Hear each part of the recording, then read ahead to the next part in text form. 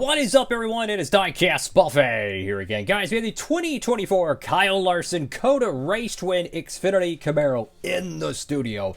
I think this is the first ever Xfinity Race to Win for Kyle Larson to be made in the 164 scale. Regardless, let's go ahead and hop to it. Alright, folks, brand new out of the Diecast box, and Kyle Larson fans rejoice. Finally, a raced version of one of his Xfinity wins.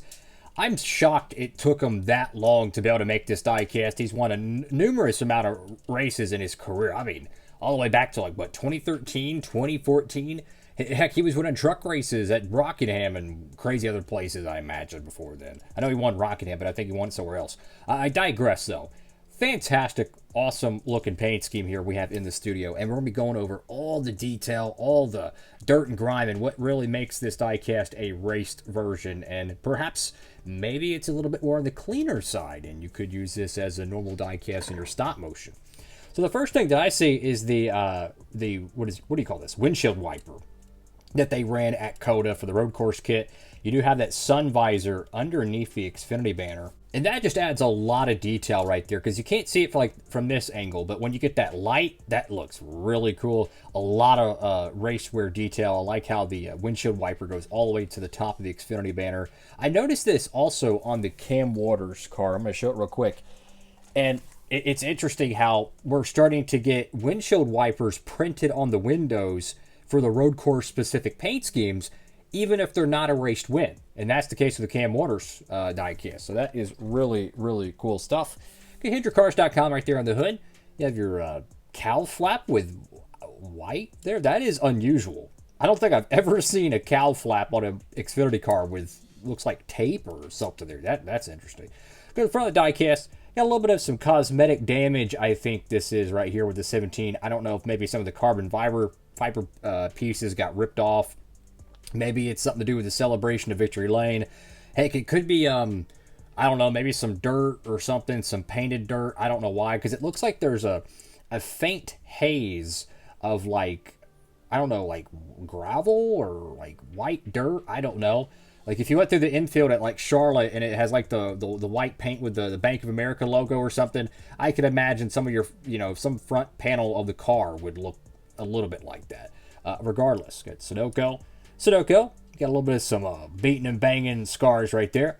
Go to the left side of the diecast, Xfinity, Hendrickcars.com. You can see the very faint haze of dirt on the left side. It's not very noticeable until the left rear right here. This is probably going to be the heaviest portion of damage on the car, which it's really not that much. Like if you wanted to use this as a placeholder in your diecast series, to be honest with you, I would use it, right? Like if I did Xfinity Duralast Cup Series racing, this would be a normal paint scheme every week.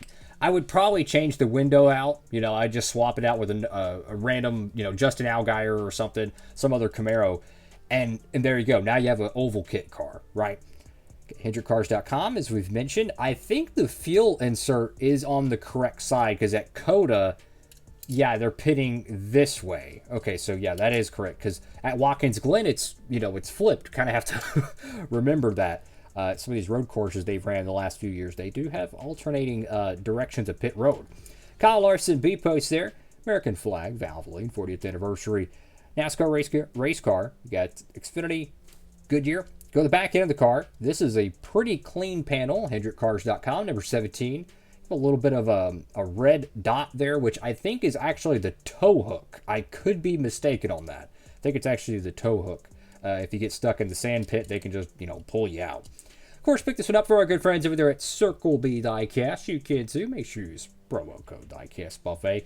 They have this car also in the 2-pack set, and I'm going to show it real quick to have it within arm's reach, but they have this car in the 2-pack set. So if you want to get both, the individual release and the 2-pack set, you can get that, which has the Cup and Xfinity Race to Win diecast from Cota in 2024. And to add another layer to this, it's also available in the NASCAR Winner Circle line. Good luck finding it. That's why I would just recommend getting the Gold Series edition, because finding it in the Winner Circle line is, let's just say, there is much easier things to accomplish in this world than doing so. Got a little bit of a donut mark right there on the right side. Hendrick Hendrickcars.com. Hiring techs, once again, more damage on the right rear. So you could tell Larson was grooving on the racetrack, man. Beating and banging. That's full contact racing. That's how road courses are ran in stock cars. It's not a disrespect thing. It's just the way it is. You have your exhaust panel. Go to the top of the diecast, got the number 17. And it is pretty cool because he ran the 17 in the Indy 500 and he won in the 17 in the Xfinity Series prior to going to Indianapolis. Top of the card, hiring techs once again, Larson and then Hendrickcars.com. Awesome little diecast here, guys. It's not heavily caked. It kind of reminds me of AJ Allmendinger's, what do you call it, Indy race win from 2021 when he won the road course.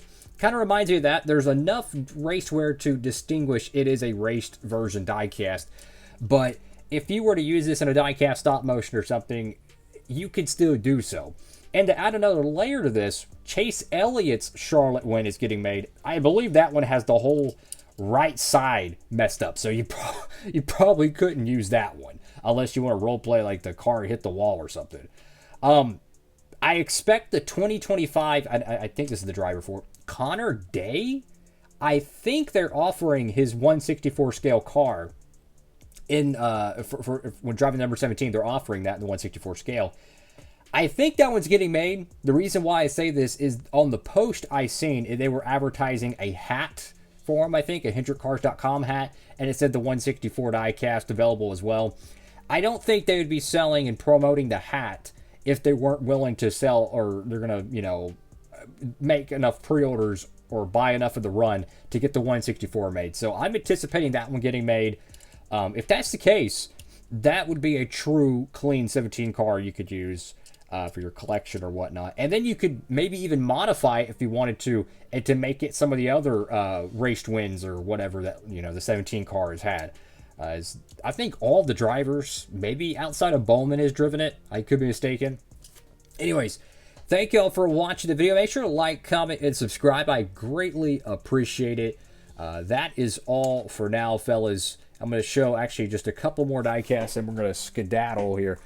Chase Elliott fans, if you're a fan of Chase Elliott, these just dropped. 2024 Freight Auctions late model, and then the Napa Children's Healthcare Chevrolet Camaro with the playoff markings.